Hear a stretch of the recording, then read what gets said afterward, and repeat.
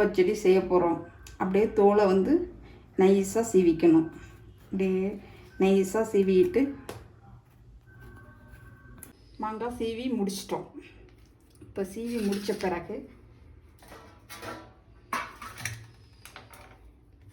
சீவு கட்டை எடுத்துக்கிட்டு மாங்காவை நைஸாக சீவிக்கிட்டே வரணும். இப்போ மாங்காய் சீவி வச்சாச்சு. மாங்காய் பச்சடிக்கு தேவையான பொருள் எண்ணெய், கடுகு, உளுந்து, நாட்டு சர்க்கரை, உப்பு.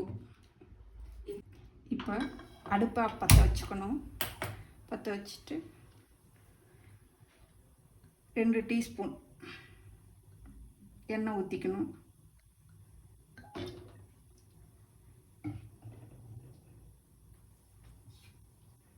எண்ணெய் ஊற்றிட்டு எண்ணெய் சூடானோன்னு கடுகு கொஞ்சம்,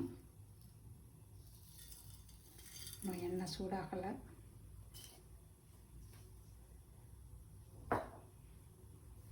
கொஞ்சம் நேரம் வெயிட் பண்ணுவோம். கடுகு பொரிஞ்சிட்டு ஒரு 1/2 டீஸ்பூன் உளுந்து,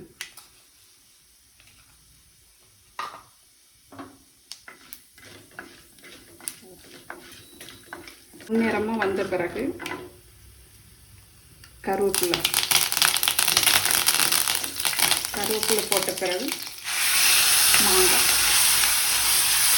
துருவிய மாங்காய் சேர்த்துக்கணும். நல்லா சுருள வதக்கிட்டு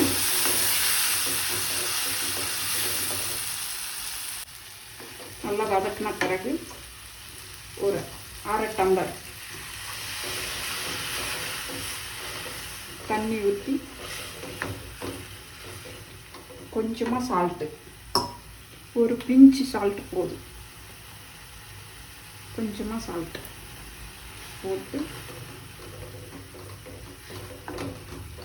கொஞ்சம் நேரம் சிம்லேயே வச்சுருக்கணும், வேகணும். தண்ணி நல்லா சுண்டிருக்கு.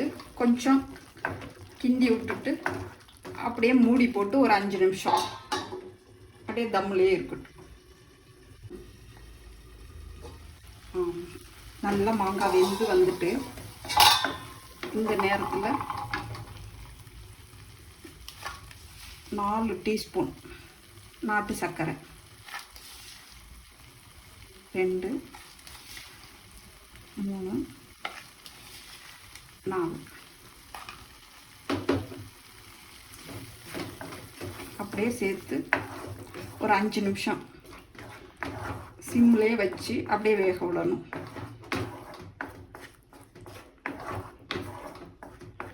மாங்காய் பச்சடி ரெடி ஆயிட்டு.